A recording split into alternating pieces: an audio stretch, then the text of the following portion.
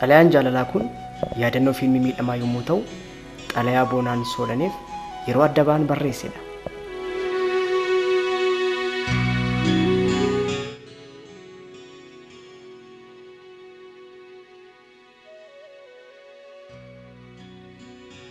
Keessi koo affeelamaadha.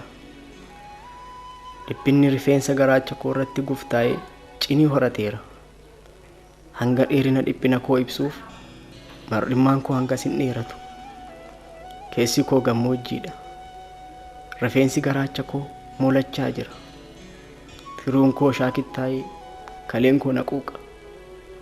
Soolanii bara durii Rabbi akkuma Addaamii fi Hewaaniin waliif uume samiif lafas waliin uume. Hewaan jaalallee Addaam yommuu taatu, laftis jaalallee samii turte. Addaamii fi Hewaan godoo tokkotti galanii mataa jaalalaa habbuuqqachaa wal dhungatanii wal haammatanii ijoollee hiddii fakkaattu lafa naqanii addunyaa guutanii. Samii fi lafti garuu jaalallee ta'an iyyuu carraa kana hin arganne. Hanga har'aatti fagoomatti wal ilaalaa hawwiidhaan gubatu. Keessumaa samiin jaalala Addaamii fi Hewaaniin gubbaa taa'ee asii gadi ilaalaa inaaffaadhaan gubata. Ofumaa gubata malee ofii gadi bu'ee jaalallee isaa lafa ofitti qabee haammatee dharraa ba'uu hin danda'u. Isheenis ximbiriirtee ol baatee ros jettee bobaasaa jala lixuu hin dandeessu. Hawwiidhumaan wal ilaalu. Soolanii adda ba'uu namaadha. Soolii egaa samiin keessumaa yeroo gannaa kan inni guungumee biyya jeequ jaalallee isaa yaadeetudha. Kan inni gurraachee duumessaa'us jaalallee isaa ishee hawwee dhabeef uffata gaddaa uffachuu isaati. Namoonni garuu bokkaatu roobuuf jedhu malee dhiphina samii hin hubatani. Yeroo samiin guungumee roobutti ka'u namoonni bokkaatu roobe jedhu malee bokkaan imimmaan samiin jaalallee isaaf gadi dhangalaasu ta'uusaa kan hubatu hin jiru. Garuu samiin alangaa balaqqeessaan of waxalaa gadoodee kan inni ba'u, kan inni of cuunfu jaalallee isaa ishee isarraa fagoo sanaaf mar'immaan isa raafameetu. Yeroo samiin ba'u irra darbee cabbii gadi harcaasu ammas namoonni cabbiitu roobe jedhu malee cabbiin ilkaan samii ta'uusaa hin galuufi. Samiin erga jaalallee isaa bara baraan argachuu hin dandeenye barri jireenya isaa gadda malee kolfa hin qabu. Erga ittiin hin kolfine immoo ilkaan isaa ofumaa irra taa'ee homaan godhuufi. Kanaaf ofirraa bubuqqaasee gadi harcaasa. Namootatu cabbii se'e malee cabbiin ilkaan samiiti.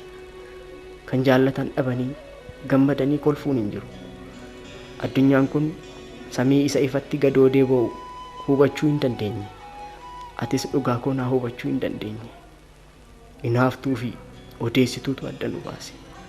Abbaa humnaatu jaalala qulqulluu dhiitee dhangalaase. Gaddi singiggoo lapheenatti ta'e. Keessi koo dhoqqaa'eera. Imimmaan maddii koo irratti bo'oo baafate. Gaddi fiixee ija koo irraaf jalaan qabee cuunfe. Nan cuunfama. Nyaarri koo tabba burqituun jalaa yaa'u fakkaata. Imimmaan koo dugda funyaan koo irra gadi lola'a. Afaan koo harkoo imimmaan itti kuusamu taate. Ani lafarra taa'een bo'a. Samiin ammoo fagoo taa'ee lafa ani irra taa'eef bo'a. Anas samiis kan hubatu hin jiru. Soolii ansi dhabee jiraachuu hin danda'u. Soolii siif lubbuun koo nan marartu. Soolii ergansi dhabee dhiphinni manni na godhatte.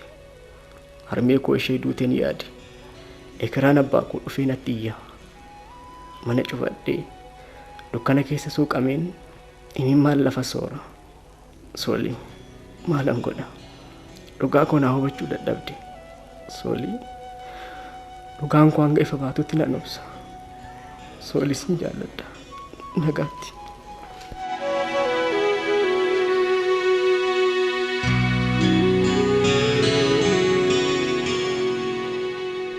Hirkoo Hundee barreessaaf daayireektara fiilmii miidhamaa.